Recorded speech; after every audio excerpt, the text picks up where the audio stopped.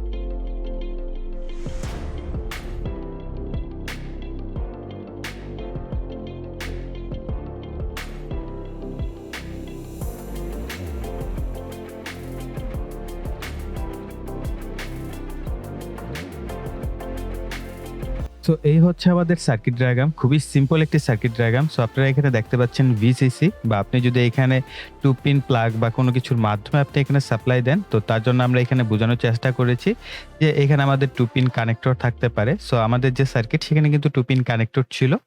আমরা জাস্ট এখানে কানেক্টর বুঝিয়েছি। সো আপনারা চাইলে সরাসরি এভাবেও কানেকশন দিতে পারেন। এবং আমাদের এই সার্কিটে যেহেতু খুবই কম সংখ্যক কম্পোনেন্ট রয়েছে, এই কারণে আমরা সর্বনিম্ন 3 ভোল্ট এবং সর্বোচ্চ 5 ভোল্ট পর্যন্ত সাপ্লাই দিতে পারবো। তবে 5 ভোল্টের উপরে দিলে আমাদের মাইক্রোফোনটা আসলে নষ্ট হতে পারে, এবং পাশাপাশি যেহেতু এলইডি বাতি রয়েছে সেগুলো নষ্ট হওয়ার সম্ভাবনা থাকতে পারে। তো এই কারণে আমরা সর্বোচ্চ 5 ভোল্ট এখানে ইনপুট দিতে পারবো। তো আর এখানে আপনারা দেখতে পাচ্ছেন C1 একটা ক্যাপাসিটর আছে 47 মাইক্রোফ্যারাড, ভোল্টেজ আপনারা অলরেডি কম্পোনেন্ট লিস্টে দেখতে পেয়েছেন। আর C2 হচ্ছে 1 মাইক্রোফ্যারাডের একটি ক্যাপাসিটর। আর MIC দ্বারা বোঝানো হয়েছে মূলত মাইক্রোফোন, যেটার মাধ্যমে আমাদের সাউন্ডটা আসলে ইনপুট হিসেবে নিবে, এবং আমাদের আউটপুট হিসেবে হচ্ছে এই এলইডি বাতিগুলো জ্বলবে নিববে, তাই না? আর এখানে 4.7 কিলো ওহম রেজিস্টর আছে, 1 মেগা ওহমের একটি রেজিস্টর, আর এটা হচ্ছে 10 কিলো ওহম রেজিস্টর। আর ট্রানজিস্টর যখন বাইসিং করবেন এখানে একটু খেয়াল রাখবেন, এটা হচ্ছে কালেক্টর, এটা বেস, এটা হচ্ছে ইমিটার। ঠিক সিমিলার একইভাবে আমরা এটা কালেক্টর, এটা বেস এবং এটা ইমিটার। তো এভাবে মূলত আমাদের সম্পূর্ণ সার্কিটটা করা হয়েছে। সো দেখতে পাচ্ছেন খুবই সিম্পল একটা সার্কিট। আপনারা চাইলে এই সার্কিটটা কিন্তু ব্রেডবোর্ডেও তৈরি করে টেস্ট করতে পারেন, অথবা ভ্যারো বোর্ডেও সরাসরি তৈরি করতে পারেন। খুবই সিম্পল, তবে খুবই চমৎকার একটি সার্কিট। আমাদের সার্কিটটি কমপ্লিট, বাকি শুধু পাওয়ার সাপ্লাই দেওয়া। এই সার্কিটে আপনারা চাইলে 3 থেকে 5 ভোল্ট পর্যন্ত পাওয়ার সাপ্লাই দিতে পারবেন। তবে আমি এই ক্ষেত্রে 18650 একটি ব্যাটারি ব্যবহার করব। আপনারা জানেন এর ম্যাক্সিমাম ভোল্টেজ হয়ে থাকে 4 ভোল্ট, এবং এটার যে লোয়েস্ট ভোল্টেজ সেটা হয় 3 ভোল্ট। সো এগুলো হচ্ছে নরমালি 3.7 ভোল্টের ব্যাটারি। সো আমি এই 18650 ব্যাটারিটি মূলত আমাদের এখানে পাওয়ার সাপ্লাই হিসেবে ব্যবহার করব। এবং এই ব্যাটারিটি ব্যবহার করার জন্য আমাদের প্রয়োজন হবে একটি 18650 ব্যাটারির জন্য হোল্ডার। তো আমি এই হোল্ডারটি ব্যবহার করছি। তো ব্যাটারির তারের সাথে সার্কিটের যে তারগুলো আছে সেগুলোকে আমি সোল্ডার করে নিব।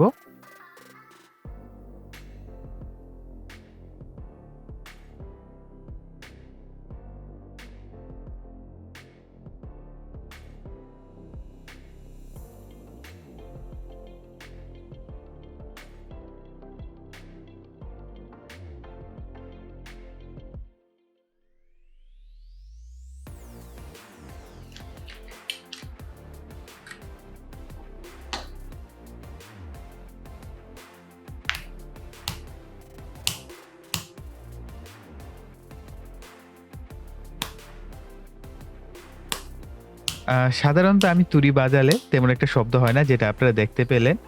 যদি আমার তুড়ির শব্দটা ভালো হতো তাহলে হয়তো রিফ্লেকশন গুলো আরো বেশি হতো।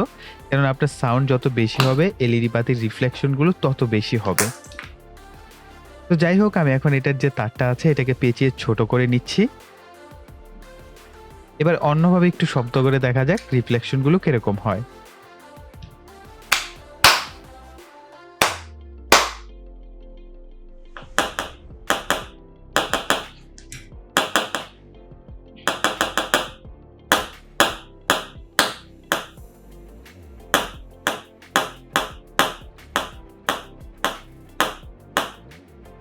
তো আপনারা দেখতেই পাচ্ছেন যে আমাদের এই সার্কিটটা কিন্তু বেশ রেসপন্সিভ।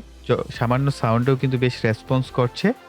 তো এবার হচ্ছে আমি আমার একটি YouTube এর ভিডিও প্লে করে দেখব যে সেটার সাথে এটার যে রিফ্লেকশনটা সেটা দেখতে কিরকম লাগে। চাহিদা বেড়ে যায় তখন কিন্তু তার নকল বা ফেক বা আমরা বলতে পারি কপি প্রোডাক্টও কিন্তু মার্কেটে চলে আসে। ঠিক একইভাবে কিন্তু এই 18650 ব্যাটারি বা লিথিয়াম ব্যাটারি প্রচুর ফেক ব্যাটারি পাওয়া যাচ্ছে এবং অনেক সময় আমরা পুরাতন ল্যাপটপ থেকে ব্যাটারি কালেক্ট করি, সেখানে যে সব ব্যাটারি ভালো থাকে তা কিন্তু না। তো আমরা সেই ব্যাটারিগুলোর কিভাবে রিয়েল ক্যাপাসিটি সেটা আমরা কিভাবে চেক করবো মূলত আমরা এই ভিডিওটির মাধ্যমে শিখবো। আপনারা অনেকেই মনে করে থাকেন একটি ব্যাটারির ভোল্টেজ ভালো হওয়া মানেই হচ্ছে সেই ব্যাটারিটি ভালো। ধারণাটা কিছুটা সঠিক বলবো, কেননা এর পাশাপাশি এম্পিয়ারটাও যদি ভালো থাকে তাহলে।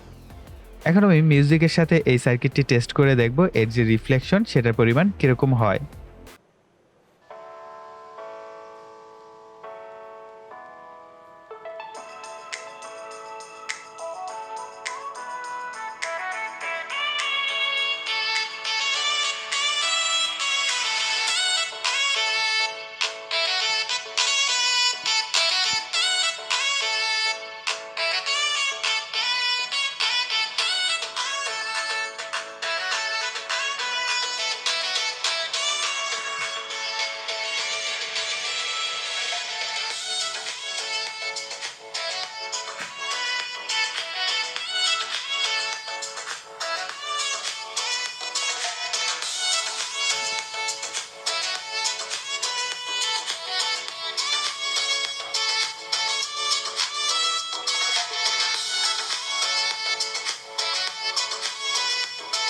তো আপনারা দেখতেই পেলেন চমৎকারভাবে কিন্তু রিফ্লেকশন হচ্ছিল এবং দেখতে কিন্তু ভালোই লাগছিল আমার কাছে। এবং ব্লু লাইট, আমরা যদি এখানে আরজিবি যে লাইটগুলো পাওয়া যায় সেগুলো যদি ব্যবহার করতাম তাহলে হয়তোবা আরো বেটার একটা রেজাল্ট এটার কাছ থেকে আমরা পেতে পারতাম।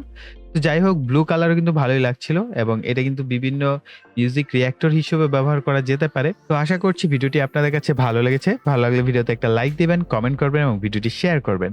আর যারা এখনো চ্যানেলটিকে সাবস্ক্রাইব করেননি, চ্যানেলটিকে সাবস্ক্রাইব করে পাশে বেল বাটনটি অ্যাক্টিভ করে দিবেন পরবর্তী ভিডিওর নোটিফিকেশন পাওয়ার জন্য। তো এই বলে এখানে বিদায় নিব। সকলে ভালো থাকবেন, সুস্থ থাকবেন। টাটা।